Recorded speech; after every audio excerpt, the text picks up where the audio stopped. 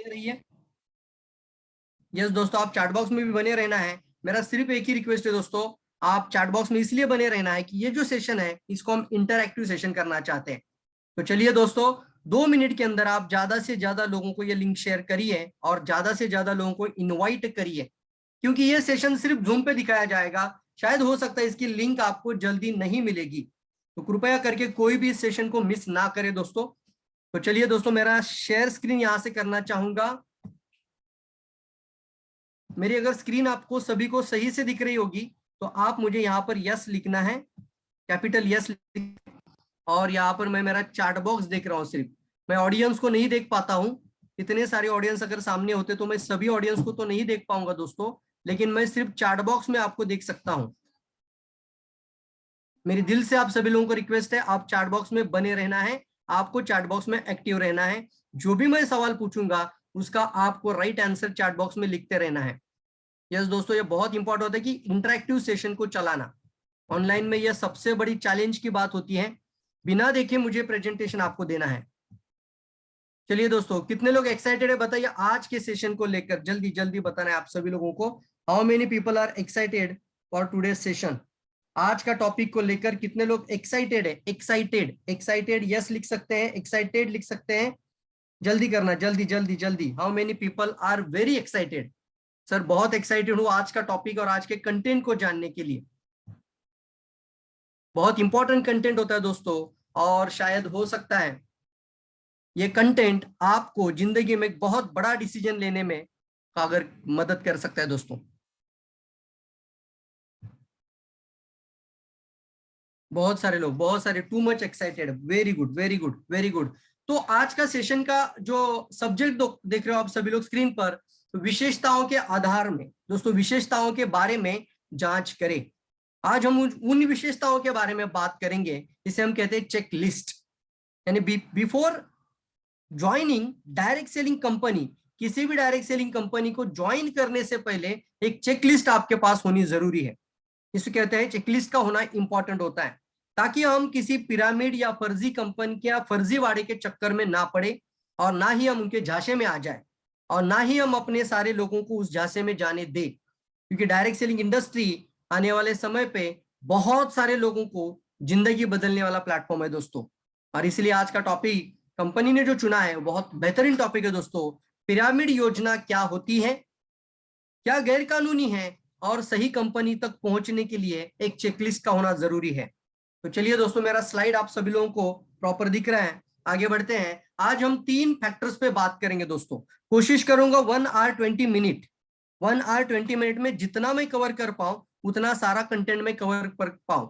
अगर गलती से मेरा ये लास्ट का कंटेंट अगर रह जाता है तो मुझे इजाजत दीजिए, मैं पार्ट 2 इसको करना चाहूंगा कल दोपहर 12 बजे। तो मुझे जल्दी बताना है, आप एक्साइटेड है सभी लोग? तो मुझे बताइए, अगर ये टॉपिक पूरा नहीं होता है तो पार्ट 2 में कितना लोग आना चाहेंगे? वो 2 लिखेंगे, 2। यस सर, पार्ट 2 में भी ज्वाइन करेंगे इसको। जल्दी जल्दी लिखना है आपको, क्योंकि ये कंटेंट होता है दोस्तों, बहुत मेहनत होती है इस कंटेंट के पीछे। और मैं चाहता हूं कि ये सारी जानकारी मैं सारे डीएक्सएन के सभी एसोसिएट तक पहुंचा पाऊं। यस, 2 लिखना, 2। सर अगर नहीं पॉसिबल होता है, मैं पूरा नहीं सुन पाऊंगा या पूरा नहीं दे पाऊंगा, तो इसको पार्ट 2 भी किया जा सकता है। कोशिश करूंगा थोड़ा स्पीड से जाना, लेकिन जानकारी और ट्रेनिंग उसमें बहुत अंतर होता है दोस्तों। जानकारी देने के लिए तो टपर टपर बात करना है, लेकिन ट्रेनिंग की बात होती है तो कुछ सीखने की बात होती है, सीखने की बात होती है, और आगे बढ़ने की बात होती है दोस्तों। तो 3 इंपॉर्टेंट फैक्टर पे बात करेंगे। पहला फैक्टर होगा नेटवर्क मार्केटिंग का इतिहास के बारे में थोड़ा सा जानकारी लेंगे, the history of the network marketing. और उसके बाद पॉन्जी स्कीम, स्कैम, पिरामिड योजना और रियल डायरेक्ट सेलिंग कंपनी में कैसे अंतर करें, कैसे समझ में आ जाए कि ये पॉन्जी है, ये स्कैम है, ये पिरामिड है, और एक रियल डायरेक्ट सेलिंग कंपनी है। और तीसरा, एक सही डायरेक्ट कंपनी के चुनाव को लेकर एक चेकलिस्ट का होना। मैं ऐसे पॉइंट आपको बताना चाहूंगा जिसे आप चेकलिस्ट के द्वारा अपने डायरी में, नोटबुक में नोट करके रखें, ताकि कभी भी कोई डायरेक्ट सेलर, कोई भी कंपनी का कोई भी नेटवर्कर आपके सामने आकर बैठे तो आप उनके सामने ये चेकलिस्ट दे देना, और वहीं पे आप उनको काउंटर कर सकते हैं। मैं आपको दावे के साथ कह सकता हूं, ये चेकलिस्ट के माध्यम से आप कई लोगों को रियल डायरेक्ट सेलिंग तक पहुंचा सकते हैं। तो चलिए दोस्तों, आगे बढ़ते हैं। सबसे पहले हम जानेंगे नेटवर्क मार्केटिंग का एक इतिहास। दोस्तों इसलिए जरूरी है, डायरेक्ट सेलिंग इंडस्ट्री, मैं हमेशा एक लाइन बोलता हूँ, मेरी लाइन हमेशा टैगलाइन में रहेगी, कि मेरी टैगलाइन रहेगी दोस्तों, डायरेक्ट सेलिंग इंडस्ट्री आने वाले समय में एक सामान्य इंसान को भी करोड़पति बनाने वाली यूनिवर्सिटी है। हाँ दोस्तों, यूनिवर्सिटी कहा मैंने, अभी तो शुलिनी यूनिवर्सिटी में 1 लाख रुपया पे करने के बाद डिप्लोमा इन डायरेक्ट सेलिंग का कोर्स दिया जाता है। Diploma in direct selling course एक लॉन्च हो चुका है ऑलरेडी, 1 लाख रुपया 99,000 पे करना पड़ता है। दिल्ली का यूनिवर्सिटी के अंदर भी डायरेक्ट सेलिंग का यूनिवर्सिटी के अंदर कोर्स लॉन्चेस हो चुके हैं, कर्नाटक में भी हो चुके हैं, महाराष्ट्र में भी आने की कगार में है। तो बहुत कुछ चीजें दोस्तों, एक यूनिवर्सिटी बनेगी आने वाले समय पर, लोग लाखों रुपए खर्चा कर कर पढ़ाई भी करेंगे और इस इंडस्ट्री को चुनेंगे। अब आज तक लोग बोलते थे कि ये सही है या गलत है, लेकिन आने वाले समय पे पेशेवर लोग, पढ़े लिखे लोग, हाईली एजुकेटेड लोग, वो सभी लोग इस इंडस्ट्री में आने के लिए अपनी पढ़ाई तक पूरी करने के लिए तैयार है दोस्तों। और इसलिए डायरेक्ट सेलिंग इंडस्ट्री के बारे में पूरी जानकारी होना, हमें पता होना जरूरी है दोस्तों। और इसीलिए मैंने ये 3 चैप्टर आपके सामने लेकर आना है दोस्तों। पहले हम देखेंगे the history of the network marketing. इसका एग्जैक्टली इतिहास क्या है, नेटवर्क मार्केटिंग का इतिहास क्या है, यह आज जरूर जानकारी लेंगे और फिर स्टेप बाय स्टेप आगे बढ़ेंगे दोस्तों। नेटवर्क मार्केटिंग के बारे में सही और बुनियादी ज्ञान का अभाव चारों ओर दिखता है। आप में से कई लोग देखते होंगे, आप में से कितने लोगों को आज भी बोल रहा हूं, मैं आपको सवाल पूछ रहा हूं, आज में से कितने लोगों को आज भी निगेटिव लोगों का सामना करना पड़ता है, कि जो कहते हैं कि ये तो जोड़ने का बिजनेस है, यहाँ मेंबर बनाने की स्कीम है, ये मेरे बस की बात नहीं है, मैं प्रोडक्ट तो ले लूंगा लेकिन मुझे जुड़ना मत। ऐसे कितने लोग आपको बोलते हैं? अगर बोलते होंगे तो यस लिखना है। आज भी लोग ऐसा आपको बोलते हैं कि नहीं बोलते हैं? निगेटिव लोग मिलते हैं कि नहीं मिलते? अगर मिलते हैं तो आप यन कैपिटल लिख सकते हैं, यन। क्यों? इसका क्या कारण है? क्योंकि आज तक कभी भी स्कूल, कॉलेजेस, यूनिवर्सिटीज में इसके बारे में सही जानकारी लोगों तक मुहैया नहीं कराई गई दोस्तों। एक एग्जैक्ट नॉलेज होता है जो पढ़ाई लिखाई में भी होना चाहिए, कि एक अमीर इंसान अमीर क्यों बनता है और गरीब गरीब क्यों बनता है। तो अमीर बनने के लिए डायरेक्ट सेलिंग इंडस्ट्री लोगों की कैसे मदद करती है, ये यूनिवर्सिटी में नहीं सिखाया जाता। इसीलिए डॉक्टर्स और इंजीनियर्स और लॉयर्स बहुत ज्यादा बढ़ रहे हैं, लेकिन स्कूल कॉलेज में डायरेक्ट सेलर बनने पे शिक्षा बहुत कम अभी तक मिली है। इसकी वजह से लोगों को सही गलत की पहचान नहीं है। दूसरा, इसको आने वाले समय पर भी दोस्तों, इसको कई गलत कंपनियों ने लोगों को झांसे में लिया, लोगों को फर्जीवाड़े में ले लिया और बहुत सारे लोगों को नुकसान का सामना करना पड़ा है, जिसकी वजह से सही और बुनियादी ज्ञान लोगों तक नहीं पहुंचा है, जिसके कारण लोग आपको भी ताने मारते मिलेंगे, आने वाले समय भी में मिल सकते हैं, जिनको इसके बारे में सही जानकारी नहीं है। मैंने इसके ऊपर किताब क्यों लिखी दोस्तों, नेटवर्क मार्केटिंग आपकी जिंदगी कैसे बदल सकती है।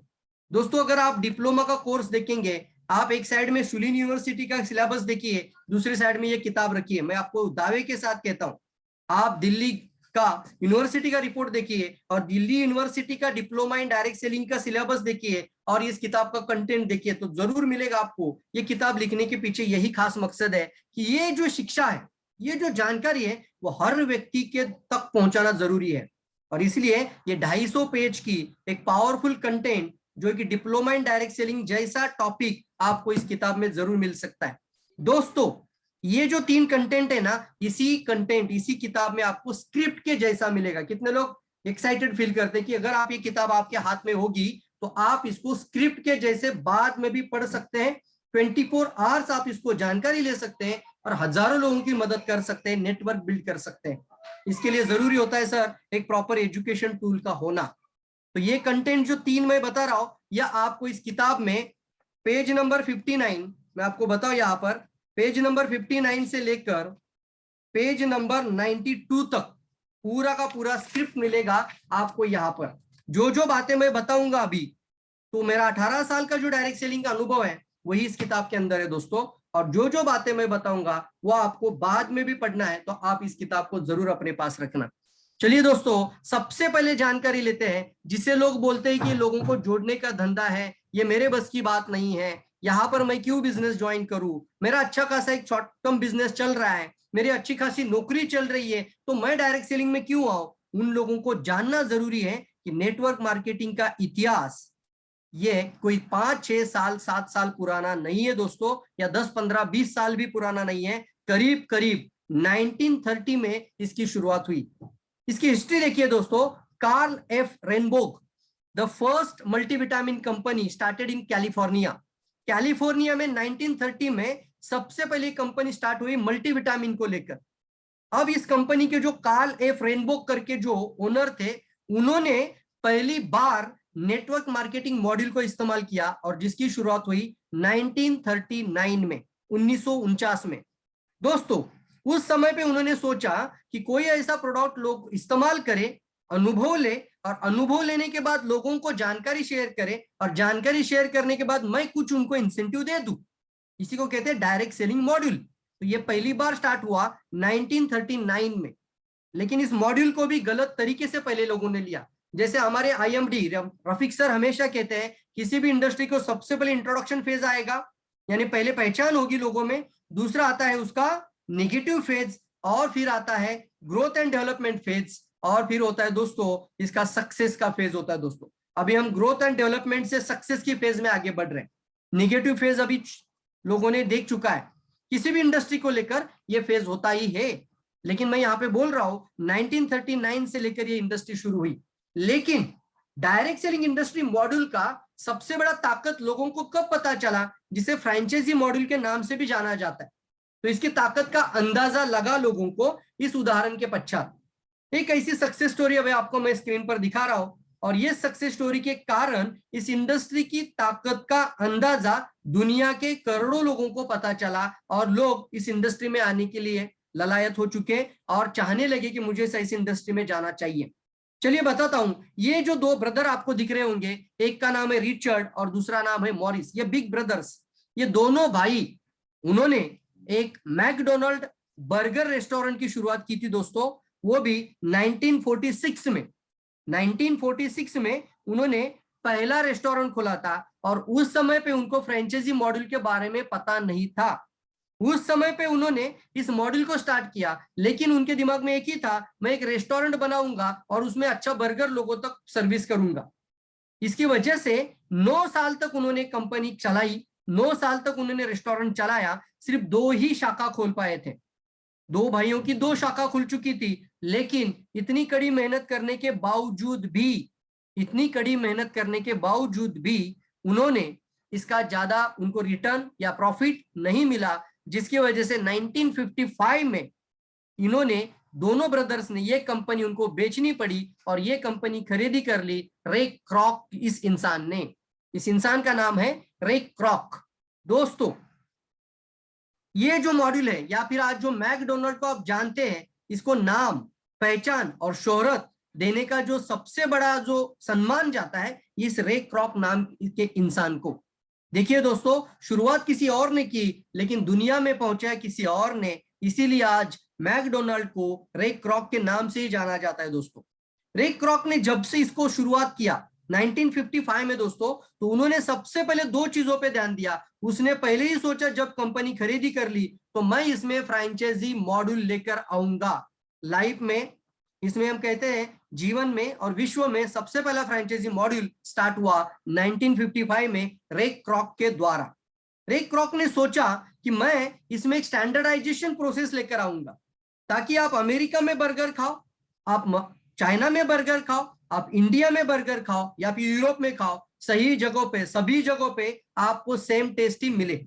इसको कहते हैं स्टैंडर्डाइजेशन। मित्रों, नमक डालने के लिए भी उन्होंने मशीन का प्रावधान किया। इंसान को हाथ से नमक नहीं डालना पड़ता, या फिर आपने ऑर्डर बना दी और आपके हाथ में गर्मा गर्म बर्गर आ जाता है, उसमें जो पूरा सर्विस प्रोसेस होता है वो एज इट इज आपको मिलेगा। इंफ्रास्ट्रक्चर जो होता है वो एज इट इज मिलेगा, लेकिन इसको बोलते हैं स्टैंडर्डाइजेशन। तो 2 चीजों के कारण ये फ्रेंचाइजी मॉडल इतना सफल रहा कि डायरेक्ट सेलिंग इंडस्ट्री का ये बहुत बड़ा उदाहरण बन गया दोस्तों, और दुनिया के सभी डायरेक्ट सेलर्स, सभी डायरेक्ट सेलिंग कंपनियां इस मॉड्यूल का बराबर से उदाहरण देती हैं। आप इस सक्सेस स्टोरी को आपके जीवन में केस स्टडी के रूप में ले सकते हैं। दोस्तों सोचिए, इस रे क्रॉक ने जब इंडस्ट्री की शुरुआत की, फ्रेंचाइजी मॉड्यूल की शुरुआत की, तो इसने इस फ्रेंचाइजी मॉड्यूल को लोगों को देने के लिए स्टार्टअप किया। आज इसने करीब करीब 37,850 आउटलेट क्रिएट किए थ्रू आउट द ग्लोब। पूरे वर्ल्ड में रे क्रॉक के 37,850 आउटलेट हैं। कितने लोगों को वाव फील होता है, जल्दी बताना। ये जो आउटलेट है दोस्तों, इसका एक आउटलेट लेने का फ्रेंचाइजी फी होता है 30 लाख रुपया। 30 लाख रुपया लिखना। आपने भी फ्रेंचाइजी ली है और इस पर्सन ने भी फ्रेंचाइजी देना शुरू किया था, तो 30 लाख रुपया देकर लोग इसका फ्रेंचाइजी ले रहे। सोचिए इसके बारे में थोड़ा सा कि ये फ्रेंचाइजी लेने के पश्चात जो बर्गर बेचा जाएगा, मैं आपको सवाल पूछता हूं, मुझे चैट बॉक्स में आंसर चाहिए। ये बर्गर खाने से आपका सेहत अच्छा रहेगा कि खराब रहेगा, मुझे जल्दी बताना है। या आपका सेहत अच्छा रहेगा कि खराब रहेगा, जल्दी बताना। खराब होगा तो खराब लिखना। बर्गर आप हफ्ते के 7 दिन खा सकते हैं, बर्गर आप महीने के 30 दिन खा सकते हैं, बर्गर आप 24 आवर्स कंटिन्यूसली आपका खाने का सेवन कर सकते हैं। Not possible. अगर आप एक महीना बर्गर खाएंगे तो मैं गारंटी के साथ बोल सकता हूं आपके लिए एक अस्पताल में ही भर्ती होना जरूरी होगा। तो आप सोच सकते हैं, फिर भी इतने सारे आउटलेट खुल चुके और एक आउटलेट का सिर्फ फ्रेंचाइजी लेने के लिए 30 लाख रुपए लोग टेबल पर रखते हैं। सवाल यह पैदा होता है, जो लोगों का सेहत खराब करता है, जिससे लोग की सेहत डैमेज होती है, जिसको लेने के लिए सतत 30 लाख रुपए फ्रेंचाइजी पे करना पड़ता है, और 30 लाख भी सिर्फ फी है। कितना है? सिर्फ 30 लाख। उसके पश्चात फ्रेंड आपको इंफ्रास्ट्रक्चर का करोड़ों रुपए लगाना पड़ता है। मैं पुणे में रहता हूं, पुणे जैसी सिटी में मुझे एक फ्लैट लेना है 2 BHK, 1 करोड़ रुपए इन्वेस्ट होता है।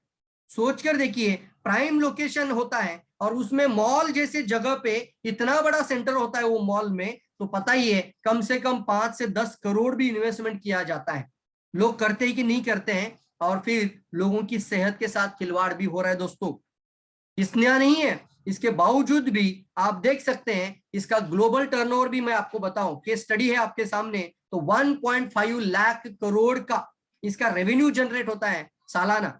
और अकेला रेक क्रॉक इसका 3% कमीशन लेता है। 37,850 आउटलेट इंटू 3% आप करना, तो देखिए मॉड्यूल का ताकत आपका अंदाजा पता चलेगा। 42,000 करोड़ का इसका नेट प्रॉफिट है। कितना प्रॉफिट है? 42,000 करोड़ का नेट प्रॉफिट है।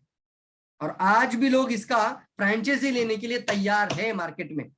सवाल ये पैदा होता है, एक पूना जैसे सिटी में, शिवाजी नगर जैसे एरिया में, मेन प्राइम लोकेशन में, मुंबई में दादर जैसी एरिया में मेन प्राइम लोकेशन में अगर किसी ने अपना खुद का मॉड्यूल स्टार्ट किया, अपना खुद का फ्रेंचाइजी स्टार्ट किया, तो उसका कस्टमर कहां से होगा? पुणे के लिए मुंबई का कस्टमर नहीं होगा, मुंबई के लिए पुणे नहीं होगा। मैं अगर बताऊं आपको, तो आपका कस्टमर 15 से 20 किलोमीटर के दायरे में ही रहेगा। यस और नो? कितने लोग मानते हैं? जल्दी बताना है यस और नो। मैं जो बोल रहा हूं ये सही है नहीं है? 30 लाख रुपया फ्रेंचाइजी फी, 5-10 करोड़ रुपया इंफ्रास्ट्रक्चर में, और फिर आ गया उसके बावजूद भी, उसके बाद आ गया सिर्फ 10-15-20 किलोमीटर का कस्टमर का, टारगेट ओरिएंटेड कस्टमर जिसको बोलते हैं, टारगेट कस्टमर सिर्फ 10-15 किलोमीटर का। आपको सवाल पैदा होता है दोस्तों, history of the network marketing, ये उदाहरण दुनिया बता रही है अभी। इसी के बाद लोगों को फ्रेंचाइजी मॉड्यूल का ताकत का अंदाजा लगा और फ्रेंचाइजी मॉड्यूल पता चला लोगों को, और माइक्रो फ्रेंचाइजी शुरू हुआ।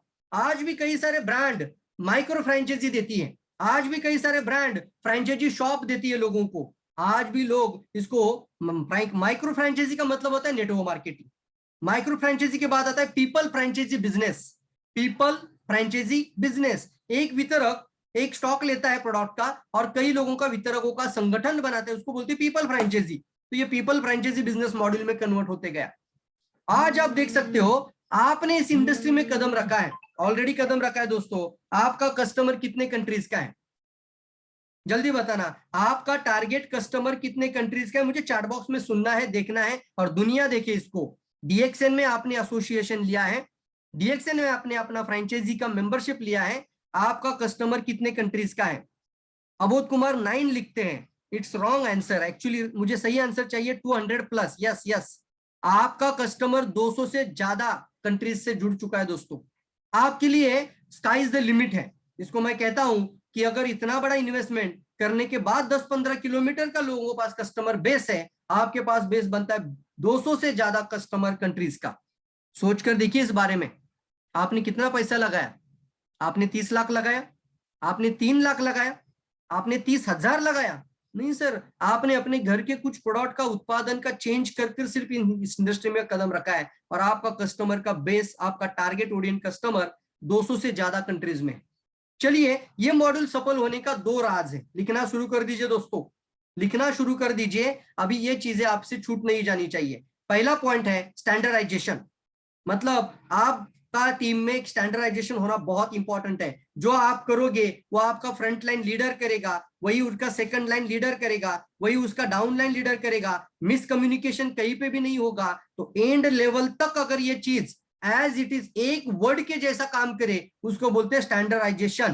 कितने लोगों को समझ में आ रहा है? जल्दी एग्री लिखना, एजी लिख सकते हैं, एजी एजी। समझ में आ रहा है? एजी लिखना तुरंत तुरंत। Standardisation is the success of the direct selling industry, पहला पॉइंट। और दूसरा था डुप्लीकेशन, एज इट इज। ये दो ही कारण से इस तरीके का मॉड्यूल सफल हो चुका, और आज आप 1.5 लाख करोड़ का रेवेन्यू को भी देख सकते हो स्क्रीन पर। Are you ready for that? आपको अभी आने वाले समय पे इतने सारे प्रोडक्ट डीएक्सएन के अंदर आ रहे हैं दोस्तों, ये साधारण सी बात नहीं है। एक जमाने में आपका प्रोडक्ट डिस्प्ले टेबल पर रहेगा, लेकिन अभी आने वाले समय पे आपका बन जाएगा खुद का एक स्टोर। Are you excited? क्या लोग आप एक्साइटेड हैं? जो मर्जी चाहे वो कैटेगरी का प्रोडक्ट आपके पास होगा। You are the owner of your company. आप आने वाले समय पे करोड़पति बनने की ताकत बनाने वाली कंपनी के साथ जुड़ चुके हो दोस्तों। अब आपका डिस्प्ले प्रोडक्ट पर नहीं रहेगा, टेबल पर नहीं रहेगा, यह आपका घर का खुद का स्टोर बन जाएगा। जितने लोग एक्साइटेड है जल्दी बताना।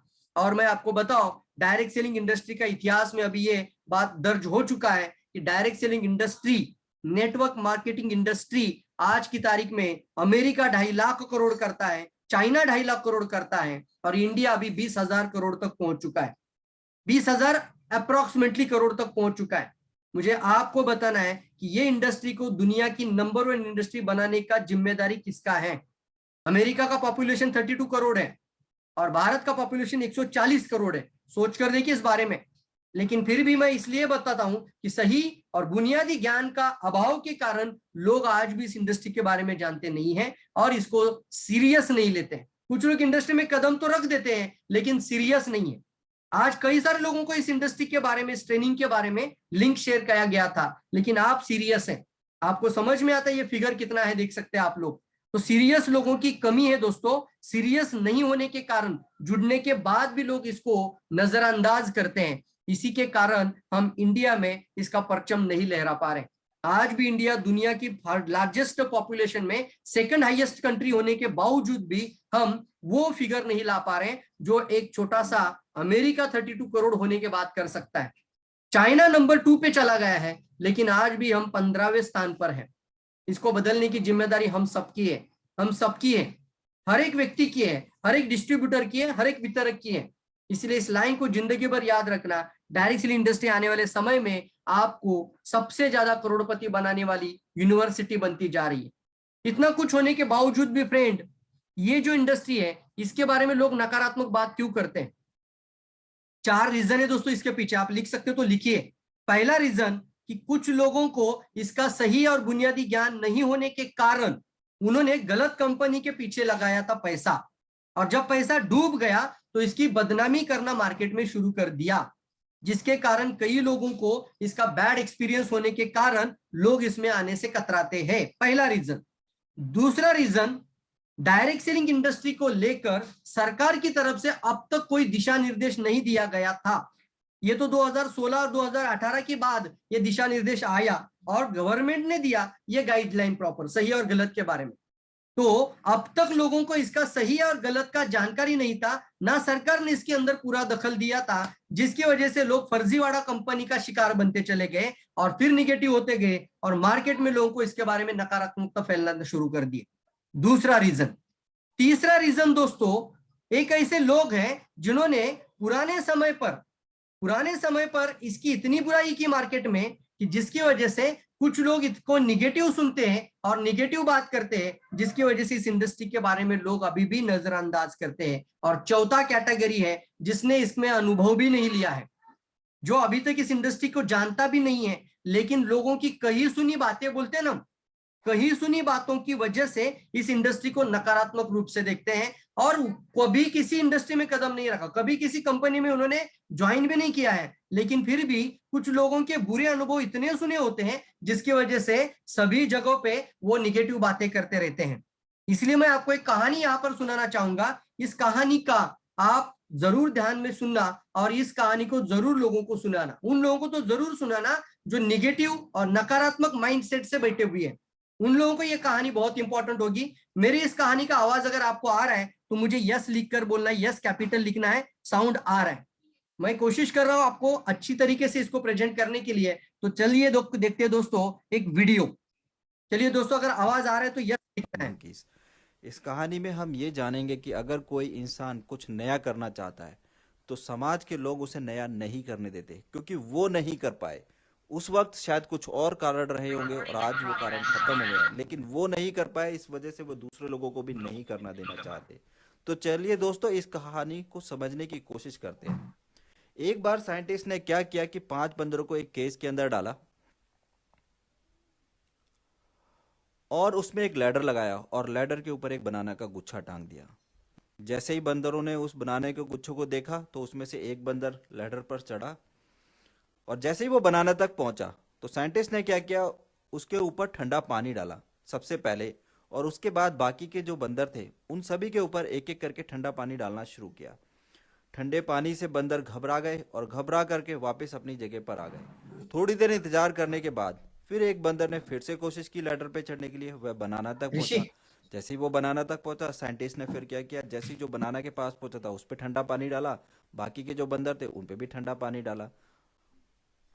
बंदर फिर से ठंडे पानी से घबरा गए और घबराने के बाद वो वापस अपनी पोजीशन पर आ गए। उसके बाद साइंटिस्ट ने ठंडे पानी का जो फीचर्स था वो अपने एक्सपेरिमेंट में से हटा दिया।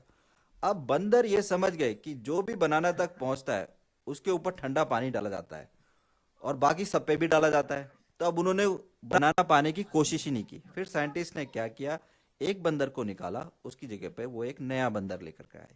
जो नया बंदर आया उसने जैसे ही बनाना लैडर के ऊपर देखा, उसने उसे पाने की कोशिश की। जैसे ही वो लैडर की तरफ बढ़ा तो बाकी के जो 4 बंदर थे उन्होंने ये एक्सपीरियंस किया था कि जो भी बनाना तक पहुंचता है तो उस पर ठंडा पानी डाला जाता है और बाकी सब पे भी डाला जाता है।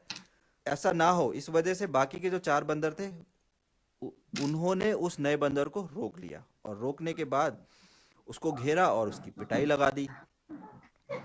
फिर नया बंदर मानने लगा कि ओ बनाना नहीं पाना है, जो भी बनाना पाने के लिए जाता है ये लोग घेरते हैं और उसकी पिटाई लगा देते हैं।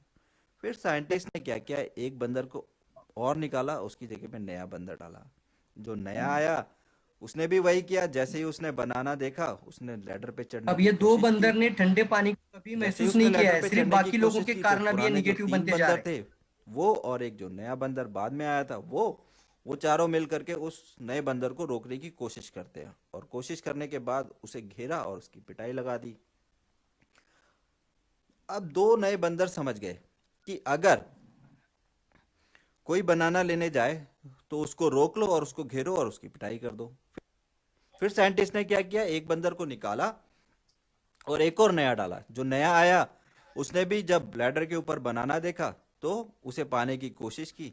जब उसे पाने की कोशिश की तो जो 2 नए बंदर थे और 2 नए जो पुराने थे उन चारों ने उसे रोक लिया और रोकने के बाद घेरा और उसकी पिटाई लगा दी। अब साइंटिस्ट ने क्या किया कि जो पुराने 2 बंदर थे उनको निकाल दिया अपने एक्सपेरिमेंट में से और उनकी जगह अब पे पिंजरे 2 में नए सारे नए और बंदर बंदर हैं। डाल दिए। यानी कि अब केज के अंदर ठंडे पानी दोबारा का से अनुभव 5 किसी ने नहीं नए किया। बंदर हैं और इन बंदरों ने कभी भी ठंडे पानी को एक्सपीरियंस नहीं किया है। लेकिन इनके दिमाग में ये है कि अगर कोई भी बनाना पाने की कोशिश करे तो उसे रोक लो और उसे घेरो और उसकी पिटाई लगा दो। अब ये कोशिश ही नहीं करते बनाना पाने की। तो दोस्तों यही हाल अब ये कभी लोग कभी हमारे कोशिश ही नहीं समाज। करते बनाना पाने की। कितने लोगों को समझ में आ रहा है ये बराबर से स्टोरी दोस्तों?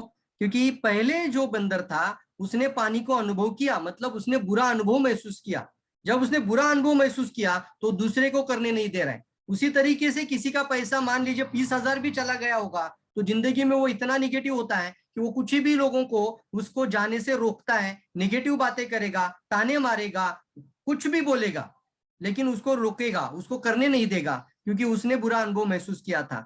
और जिसकी वजह से दूसरा भी इसको निगेटिव लेता है और धीरे धीरे धीरे एक मंडी बन जाती है और सभी लोग इसको निगेटिव सोचते हैं, जिसकी वजह से आप सभी लोगों को आज भी अच्छा प्रोडक्ट, अच्छी कंपनी, सब कुछ अच्छा होने पर भी नकारात्मक लोगों का सामना करना पड़ता है। यस और नो? कितने लोग समझ पा रहे? जल्दी यू लिखना, यू। एग्री भी लिख सकते हैं या यू लिख सकते हैं, यू, जल्दी जल्दी। इसे हम कहते हैं इतनी बड़ी इंडस्ट्री होने के बावजूद भी इसकी बदनामी होने का रीजन मानसिकता है दोस्तों। कर दूध से मुंह जल जाए तो छाछ को भी फूंक कर पीते हैं लोग। यस दोस्तों, एग्री लिखना। इसको मैं कहता हूं निगेटिव बिलीफ सिस्टम। एक निगेटिव बिलीफ सिस्टम के कारण लोग इसकी ताकत को, इसके सही प्रोडक्ट को, सही कंपनी के फीचर्स को समझ नहीं पाते हैं। लेकिन हम सबकी जिम्मेदारी बनती है दोस्तों, हम लोगों तक सही जानकारी पहुंचाए और उनको ये कहानी जरूर सुनाए, ताकि उनको महसूस हो जाए कि मेरी भी हालत, मेरी भी मानसिकता इस बंदर के जैसे ही शायद हो चुकी है। इसे हम कहते हैं निगेटिव बिलीफ सिस्टम। तो जो कि दोस्तों जानते हैं कहां से शुरुआत हुई इस निगेटिव सिस्टम की, कहां से शुरू हुआ एग्जैक्टली ये पॉन्जी स्कीम। जैसे आपने देखा होगा विशेषताओं के बारे में जांच करना, लेकिन यहाँ पर पॉन्जी, पिरामिड और गलत धारणा कहां से शुरू हुई, तो उसकी शुरुआत हुई दोस्तों 1920 में। 1920 में जिस इंसान का नाम भी देखेंगे आप लोग तो चार्ल्स पॉन्जी नाम है इस इंसान का। हाँ दोस्तों, इसका गिनीज वर्ल्ड बुक में रिकॉर्ड हो चुका है, दुनिया की सबसे पहली और दुनिया की सबसे बड़ी पोंजी स्कीम। का नाम ही है चार्ल्स पोंजी। ये इटाली का रहने वाला है, इटली में रहने वाला था और इटली में यह स्थलांतर हुआ और यह अमेरिका में चला गया। जब ये अमेरिका में चला गया तो इसने एक स्कीम को लॉन्च किया, जिंदगी में पहला स्कीम जो 1920 में स्टार्ट हुआ, और वो स्कीम था कूपन देना। लोगों को कूपन देना है और बोलना सिर्फ इतना ही है, आपको $2 में ये कूपन खरीदी करना है, 3 महीने के बाद $4 मिलेंगे। अगर आप $1000 का कूपन लेंगे तो 3 महीने के बाद मैं आपको $2000 दे दूंगा। लोगों को ये आसान लगा और ऐसा लगा कि यार ये तो बहुत आसान है, यहाँ पर मेरा पैसा आसानी से मिलने का मौका है, तो क्यों ना मैं थोड़ा सा पैसा लगा कर देखूं। तो कुछ लोगों ने थोड़ा थोड़ा इन्वेस्टमेंट करना शुरू किया और लोगों को दे दिया मनी ट्रोलिंग, मनी रोलिंग, और पुराने लोगों को नए लोगों का पैसा देकर उनको खुश कराया, जिसकी वजह से ट्रस्ट बिल्ड हुआ। अरे ये पैसा मिलता है, और फिर लोगों ने 1000 नहीं, 10,000 नहीं, लाखों का इन्वेस्टमेंट करना शुरू किया और पूरे वर्ल्ड में, विश्व में यह स्कीम फैलती गई और इसने मनी रोलिंग स्कीम को चलाया था। और फिर धीरे धीरे धीरे बहुत सारे जगहों पे ये फैलता चला गया और ये इंसान करोड़पति नहीं बना 1920 में, ये इंसान अरबपति बन गया था। लेकिन जब दुनिया को इसका झांसे के बारे में पता चला, ये पैसे को ही पैसे से दे रहा है, तो पता चला, तब जाके इसको अरेस्ट भी किया गया। लेकिन दुनिया में इसका नाम आज भी मशहूर हुआ पोंजी के नाम से। इसका नाम आज भी स्कीम को दिया जाता है। आज भी कोई इस तरीके का गलत स्कीम लेकर आता है तो उसको बोलते पोंजी स्कीम है। आज भी हम वर्ड इस्तेमाल करते हैं ना, पोंजी स्कीम। तो आज जान सकते हो आप लोग, फोटो भी मैं दिखा रहा हूं, ये first Ponzi scheme Charles Ponzi के नाम पर दर्ज है दोस्तों। इस इंसान को गिनीज वर्ल्ड बुक में रिकॉर्ड भी किया गया है। तो आज से आप जरूर जानना, ये एक बहुत इंपॉर्टेंट चीज है दोस्तों, पैसे को मनी रोलिंग किया जाता है कई सारी पोंजी कंपनियों में। आज तक बहुत सारी गलत कंपनियों में क्या किया, लोगों का पैसा उठाया और फिर लोगों को ही दिया, जिसकी वजह से ये पोंजी स्कीम मार्केट में चल रहा था। जब तक लोग जुड़ रहे थे, पैसा बांटा जा रहा था, लोग जुड़ना बंद हो गया, कंपनी फेल हो गया और फिर कई सारे लोगों का पैसा डूब गया। और इसके कारण मार्केट में कई लोगों ने इसको निगेटिव के बारे में बात करना शुरू किया। इसलिए जानना बहुत ज्यादा इंपॉर्टेंट है दोस्तों ये सारे लोगों को हमें, कि ये डायरेक्ट सेलिंग इंडस्ट्री और पोंजी में अंतर क्या है। जहां मनी रोलिंग होता है वो पोंजी है दोस्तों। बहुतांश लोग नेटवर्क मार्केटिंग से क्यों डरते हैं, इसके लिए मैं 2 स्टोरी आपको बता रहा हूं। पहले तो मैंने बंदर का स्टोरी आपको बताया, फिर भी यहाँ पर एक स्टोरी मैं आपको जरूर कहूंगा, बंदर की स्टोरी है। एक ऐसा दिन हुआ दोस्तों, एक गांव में एक पिंजड़ा लगाया गया और उस पिंजड़ा लगाने के बाद गांव में एक मैसेज फैलाया गया कि जो भी एक बंदर लेकर आएगा उसको हम 500 रुपया देंगे। आपको एक बंदर के 500 मिलेंगे, जाओ पूरे गांव से बाहर और सारे बंदर लेकर आओ, हर बंदर पर 500 रुपया मिलेंगे। गांव के लोगों को बहुत आसान लगा पैसा कमाना, तो उन्होंने गए जंगल में बंदर लाना शुरू किया और उस मुखिया को देना शुरू किया, जो भी वहां पे एक डायरेक्टर था कंपनी का और एक असिस्टेंट बैठा था, और वहां पे बंदर को गिना जाता था। हर बंदर पर 500 रुपया मिलना शुरू हो गया, ट्रस्ट बिल्ड होना शुरू हो गया। सारे गांव के लोग अभी काम धंधा छोड़कर जंगल में जाकर बंदर लाना शुरू कर दिए। पूरा गांव में सारे बंदर अभी पिंजरे के अंदर आ गए। अब गांव में बंदर नहीं रहा, अब बंदर नहीं मिल रहे, तो वही असिस्टेंट और कंपनी का मालिक था, उन्होंने बोला आज से हम इस स्कीम को बढ़ाते हैं, पैसा आपको 2 गुना मिलेगा। अब आप एक बंदर लाओगे तो 1000 रुपया मिलेगा। अब जाओ आप डिस्ट्रिक्ट में, पूरे जिले के गांव छान मारिए और एक बंदर लाओगे, 1,000 रुपया मिलेगा। बंदर से पिंजरा भरता चला जा रहा था, पैसे लोगों को मिलते जा रहे थे, लोग सारा काम छोड़कर बंदर लाने की चक्कर में पड़ चुके थे, पूरा जिला खाली हो गया। अब बंदर आना बंद, मतलब ज्वाइनिंग बंद।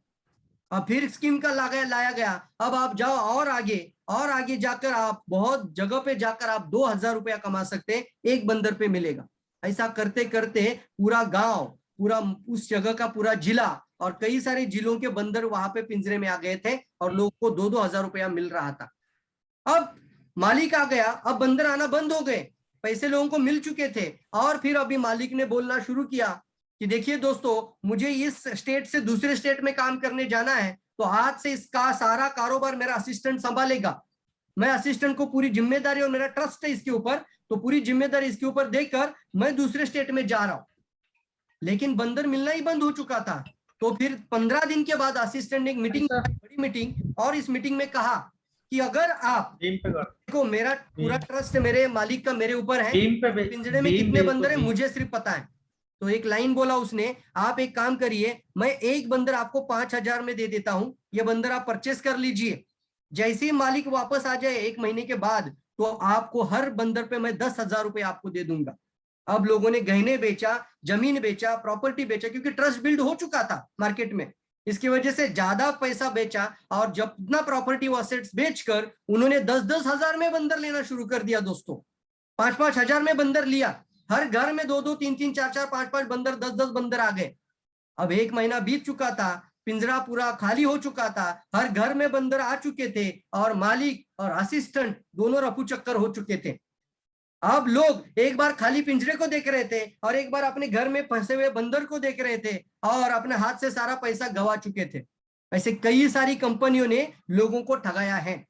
ये कहानी दोस्तों ये बताती है, प्रोडक्ट को कोई लेना देना नहीं है। एक इंसान जोड़ने पर आपको इतना मिलेगा, 2 जोड़ने पे इतना मिलेगा, 10 जोड़ने पे इतना मिलेगा, ये बोल बोल के लोगों को ठगाया है। कितने लोग मानते इस बात को? एग्री लिखना शुरू कर दीजिए जल्दी जल्दी, जिसके कारण लोगों में मानसिकता निगेटिव होती चली गई। कितने लोग मानते इस बात को? इसको जरूर सुनना, इस कहानी को अच्छे से तैयारी करना, ये कहानी लोगों को जरूर बताना। आप सब लोग जल्दी जल्दी एग्री एग्री एग्री, सब लोग एग्री एग्री लिखना शुरू कर दीजिए। आगे बढ़ते हैं, इसको आप कैसे हैंडल करेंगे?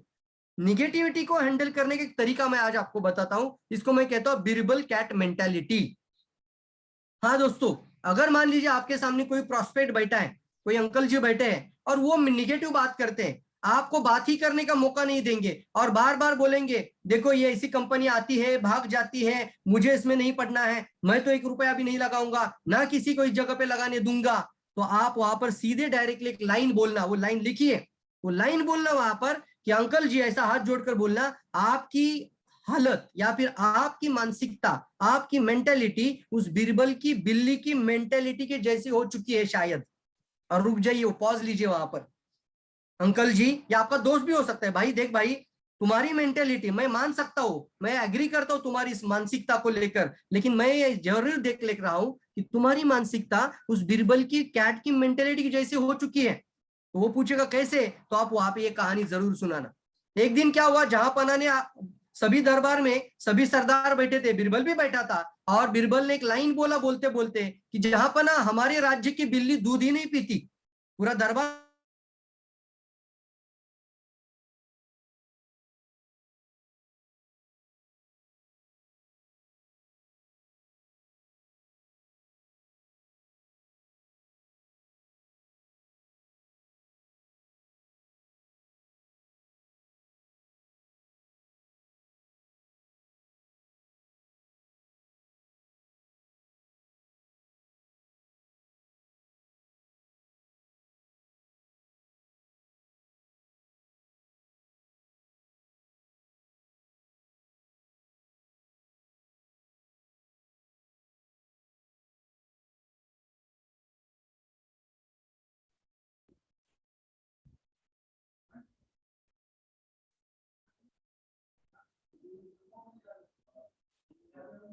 दोस्तों कुछ टेक्निकल कारण वजह से अभी बहुत जल्द अब जुड़ रहे हैं, कारण की वजह से डिस्कनेक्ट हो गए थे प्रवीण जी।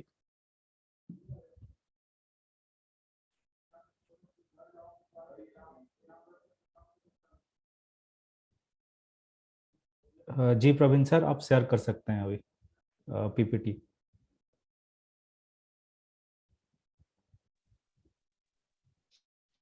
यस दोस्तों, मेरा लैपटॉप का शायद नेटवर्क चल रहा है। मेरा आवाज आ रहा है सभी लोगों को? जी आवाज अभी आ रहा आवाज है आ सर। रही है? जल्दी यस लिखना। यस यस, मेरी आवाज आ रही है। जी yes, thank you thank you thank you. Manoranjan ji, आप इसको डायरेक्टली एडमिट ऑल कर दीजिए, यहाँ से एग्री कर दीजिए सब।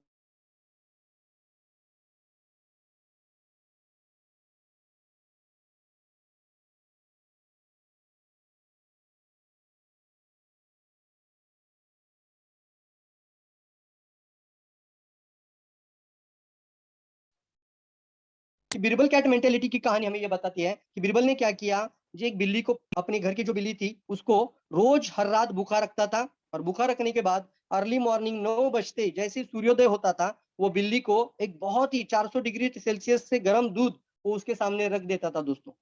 जैसे ही वहां पर दूध रख देता था, बिल्ली प्यासी भूखी थी, और उस समय पे वो बिल्ली तुरंत वो मुंह जल जाता था। जैसे ही मुंह जल जाता था, उसको पता चला कि भैया मेरा मालिक मुझे भूखा रखता है और अर्ली मॉर्निंग मुझे गर्म दूध देता है। तो दूसरे तीसरे दिन बिल्ली ने क्या करना शुरू किया कि उस दूध को देखते ही वो भागने लगी। अब कुछ दिन के बाद जैसे ही बिल्ली दूध देखकर भागना शुरू कर दी, तो बिरबल ने एक लाइन उस बिल्ली को उठाया और जहांपना के सामने आकर रख दिया। अब शाही दूध मंगाया गया था दोस्तों। शाही दूध बिरबल ने मंगाया, और शाही दूध आने के बाद अब उस बिल्ली को जैसे उसने नीचे रखा, दूध के पास बिल्ली चली गई, लेकिन तुरंत वहां से भागकर चली गई दोस्तों। तुरंत भागकर वहां से चली गई, और पूरा दरबार देखते ही रह गया कि बिल्ली आई और दूध बिना पिए चली गई। शाही दूध होने के बावजूद भी बिल्ली दूध को ग्रहण नहीं कर पाई, ना उसको ले पाई। इसका कहानी का हमें एक मतलब आता है दोस्तों कि आप जरूर कहना लोगों को कि इस बिरबल की कैट की मेंटेलिटी के जैसा आप ये पॉन्जी या नेटवर्क मार्केटिंग में जो चेन या पिरामिड स्ट्रक्चर वाली कंपनी आई थी, जिसके कारण आप इतने नकारात्मक हो चुके हो कि आप इस शाही दूध को भी नहीं पहचान पा रहे हो। मैं एक डायरेक्ट सेलिंग इंडस्ट्री की रियल बातें आपसे कर रहा हूँ, नेटवर्क मार्केटिंग इंडस्ट्री की एक सही कंपनी को आपके सामने रख रहा हूँ, फिर भी आप उस पॉन्जी और चेन पिरामिड जैसी बातों को आप मेरे साथ कर बात करें। मुझे लगता है आपकी भी हालत उस बिरबल की बिल उससे शायद उनको लग सकता है कि मैं कुछ गवा रहा हूं। शाही दूध का मतलब है एक सही कंपनी का होना, सही सिस्टम का होना, और दूध से अगर मुंह जल जाता है तो छाछ को भी लोग फूंक कर पीते हैं। यस, मेरी आवाज सभी को आ रही है? जल्दी बताइए।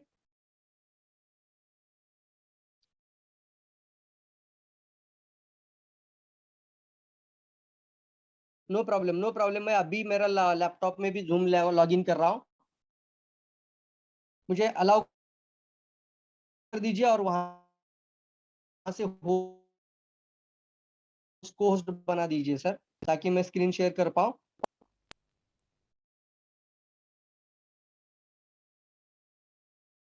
ऋषि, Recording in progress.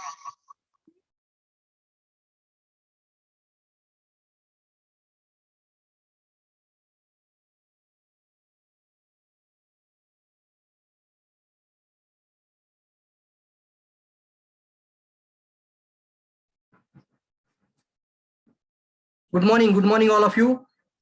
Yes yes, screen भी दिख जाएगा, तुरंत मैं स्क्रीन को अलाउ कर रहा हूँ।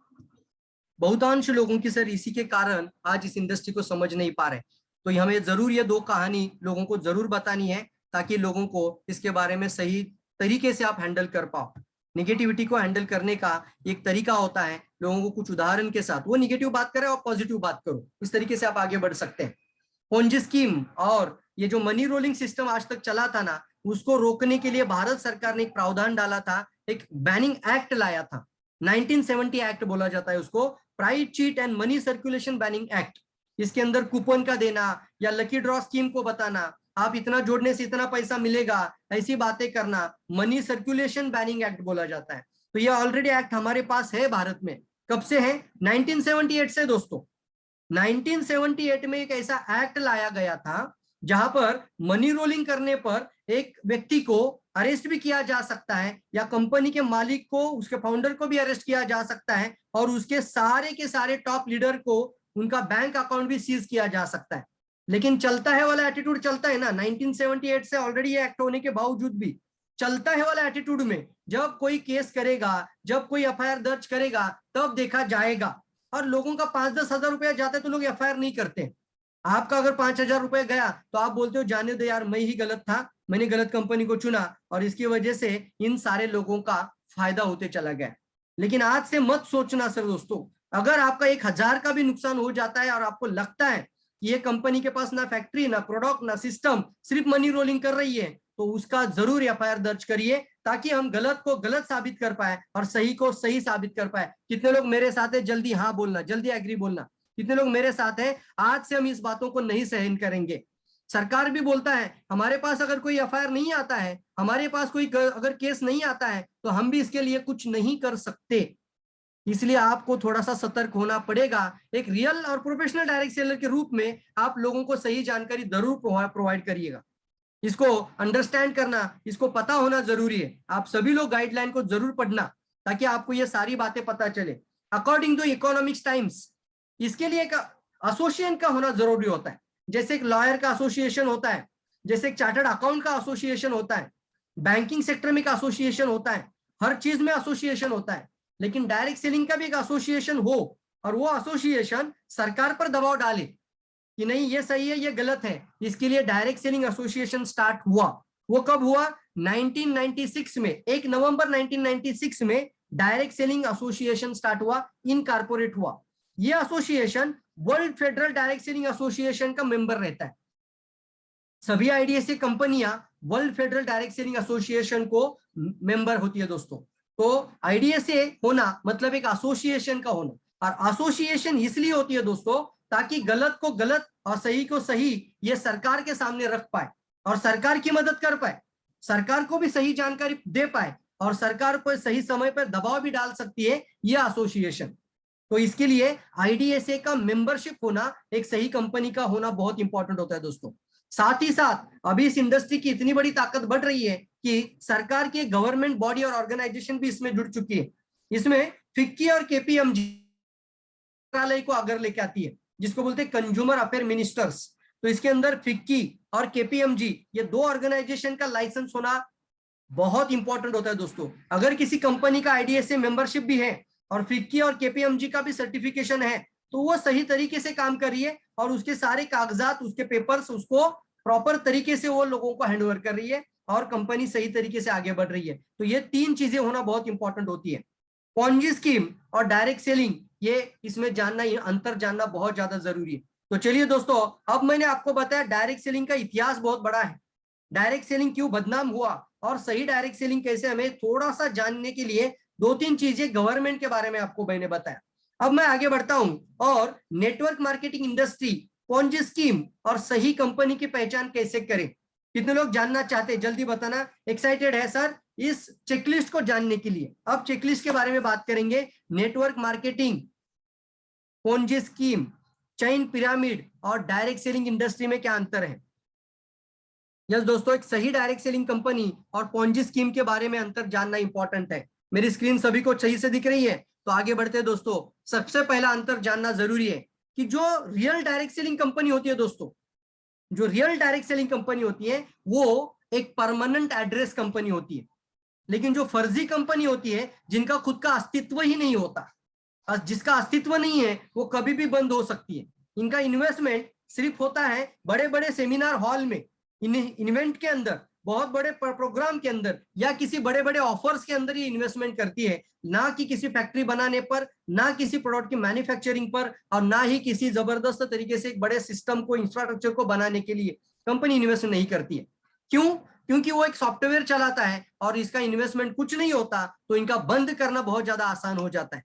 मैं आज एक लाइन आपको जरूर बोलूंगा, बहुत सारी कंपनियां मार्केट में आई, आने वाले समय में भी आ सकती है, जिनका स्टार्टअप डेट और इनका give up date, give up मतलब क्या बोलते हैं हम इसको, बंद करने का डेट ऑलरेडी तय होता है दोस्तों, ये पता होना चाहिए आपको। इसलिए टेम्पररी एड्रेस कंपनी क्या होती है और परमानेंट एड्रेस कंपनी क्या होती है जानना जरूरी है। What is mean by permanent address company? हमारी इंटरनेशनल मार्केटिंग डायरेक्टर हमेशा इस बात पर जोर देते हैं कि एक सही direct selling company permanent address मतलब उनका अस्तित्व होता है। आप जाकर फैक्ट्री देख सकते हैं, उस कंपनी का सेटअप देख सकते हैं, उसका खुद का प्रोडक्ट और मैन्युफैक्चर यूनिट जाकर देख सकते हैं, ताकि इंफ्रास्ट्रक्चर के अंदर इतना इन्वेस्टमेंट होता है कि वो कंपनी भागने का सोच भी नहीं सकती। इसको मैं कहता हूं परमानेंट एड्रेस कंपनी। ये पहला चेकलिस्ट है। आपको जानकारी लेना जरूरी है कि क्या उनके पास खुद की फैक्ट्री है या नहीं है।